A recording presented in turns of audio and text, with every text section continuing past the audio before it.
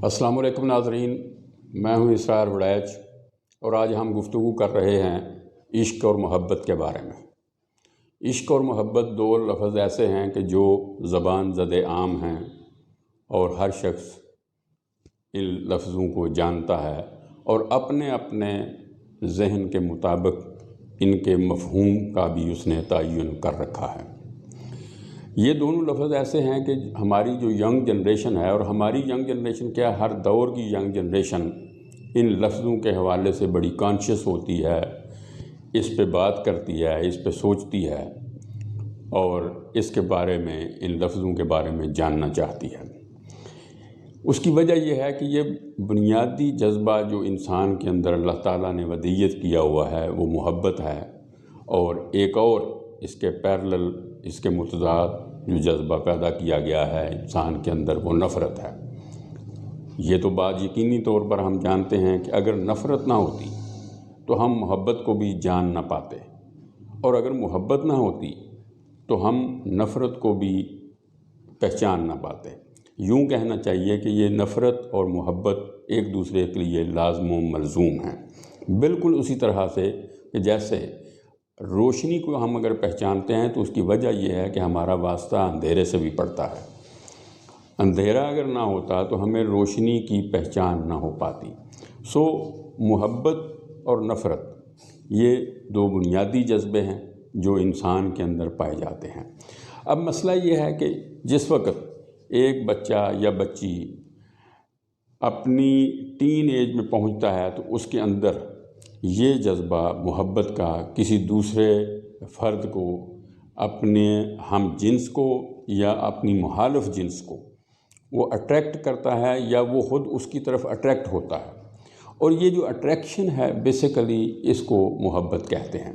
यही वो मोहब्बत है कि जो माँ बाप अपनी औलाद से करते हैं, और उसी मोहब्बत के जज्बे की वजह से ही वो बच्चों को पाल पाते हैं, उनकी परवरिश करते हैं। अदरवाइज़ आप जानते हैं कि इंसान के बच्चे को पालना और उसकी परवरिश करना जितना मुश्किल काम है वो बिल्कुल भी मुमकिन ना हो पाता अगर मोहब्बत का जज्बा ना होता। यही वजह है कि हम देखते हैं कि माँ और बाप बेपनाह कुर्बानी देते हैं अपने बच्चों को पालने के लिए, उनको बड़ा करने के लिए, उनके लिए सेक्रीफाइस करते हैं। मैं ये समझता हूँ कि अगर माँ बाप की औलाद से मोहब्बत का जायज़ा लिया जाए तो मफ़हूम जो मोहब्बत का है वो बिल्कुल वाज़ेह हो जाता है। मोहब्बत में सिर्फ़ देन ही देन है, लेना कुछ नहीं। जब आप किसी से दावा करते हैं मोहब्बत का तो इसका मतलब है कि आप उसको दे रहे हैं किसी भी शक्ल में, स्पिरिचुअल शक्ल में या मादी शक्ल में आप उसको दे रहे हैं, और उसके बदले में किसी किस्म का रिवार्ड आप नहीं चाहते, ना आप इसकी तवक्को रखते हैं। ये है वो खालिस मोहब्बत। अगर एक लड़के को दूसरी लड़की से मोहब्बत हो जाती है या लड़की को लड़के से मोहब्बत हो जाती है तो उसमें भी ये बुनियादी चीज़ कार फरमा होनी चाहिए कि वो जिससे मोहब्बत कर रहा है उससे तवक्को किसी चीज़ की ना रखे। अगर वो तवक्को नहीं रखता उससे मोहब्बत किए जाए और मुसलसल किए जाए, ये है मोहब्बत। अदरवाइज़ हमारे यहाँ अमूमी तौर पर इसको लोग गिव एंड टेक की भी शक्ल करार देते हैं और ये कहते हैं कि नहीं, अगर बदले में जवाब न मिले, मोहब्बत का जवाब मोहब्बत से न मिले तो फिर मोहब्बत कोई नहीं होती, वो एक तरफ़ा होती है। मोहब्बत बुनियादी तौर पे होती ही एक तरफ़ा है, मोहब्बत दो तरफ़ा नहीं होती। अगर दो तरफ़ा है तो वो आपकी खुशकिस्मती है कि अगर आप एक शख्स से मोहब्बत कर रहे हैं और जवाब में वो भी मोहब्बत कर रहा है तो ये खुशकिस्मती है और एक पॉजिटिव बात है। लेकिन अगर ये नहीं है तो फिर भी अगर आपकी मोहब्बत खालिस है तो आपको ये मोहब्बत करते रहना चाहिए। मोहब्बत के हवाले से ये इतना पुराना ज़ाहिर है कि जब से इंसान पैदा हुआ है ये जज्बा उसके अंदर मौजूद है, और इसी वजह से अपने अपने दौर में शुअरा ने अपनी शायरी में मोहब्बत को मौजू बनाया है। इस हवाले से मज़ीद ये बात समझ लेनी चाहिए।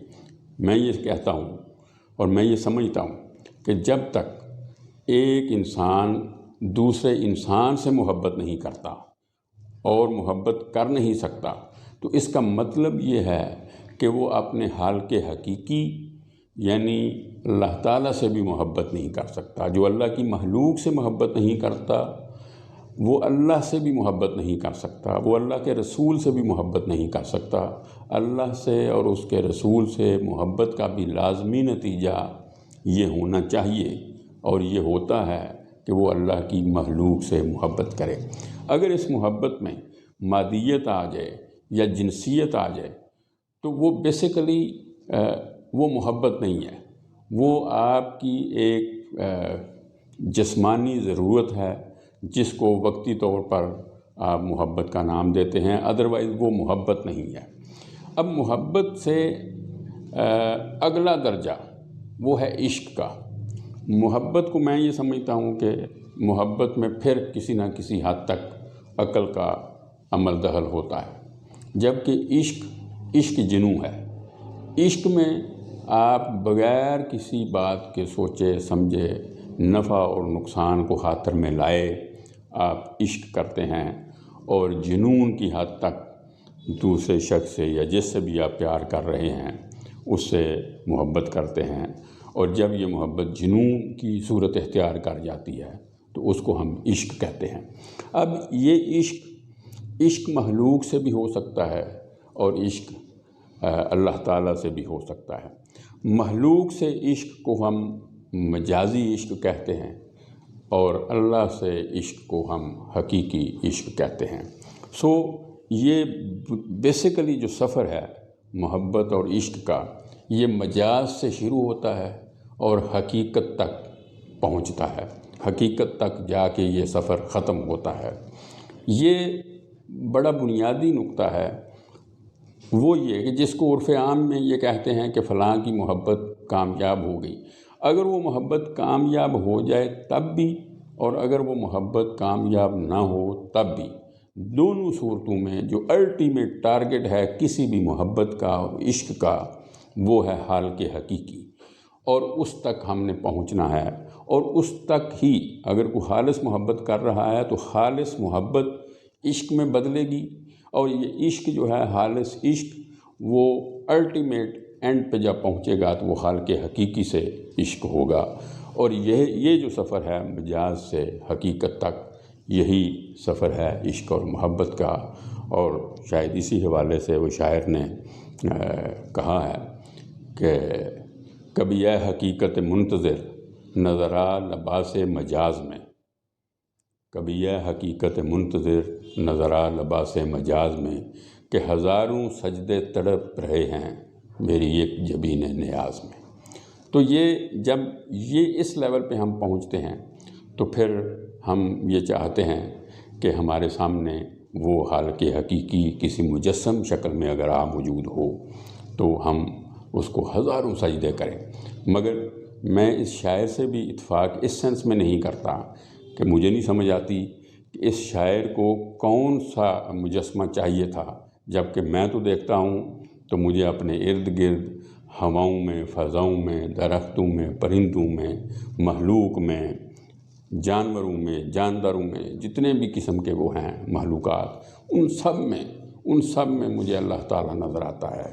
اور ہر وقت اگر دیکھنا کوئی چاہے، دیکھنے والی نظر ہو، تو وہ جو حقیقت ہے، وہ جو حقیقی مالک اور خالق ہے وہ ہمارے سامنے موجود ہے، اور یہی الٹیمیٹ شکل ہے کسی بھی عشق کی اور محبت کی۔ آپ کا بہت شکریہ۔ اللہ حافظ۔